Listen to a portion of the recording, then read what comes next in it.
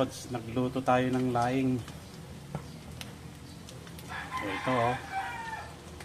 Siyempre may kasama rin medyo taba-taba ng baboy para mas masarap. Patutuyuin na lang yan. Patutuyuin na lang ito.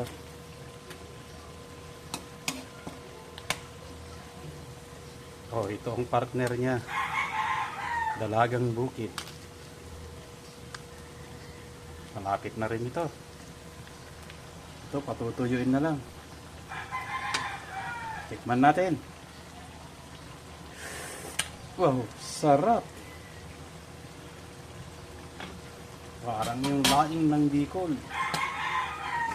Yum, yum, yum.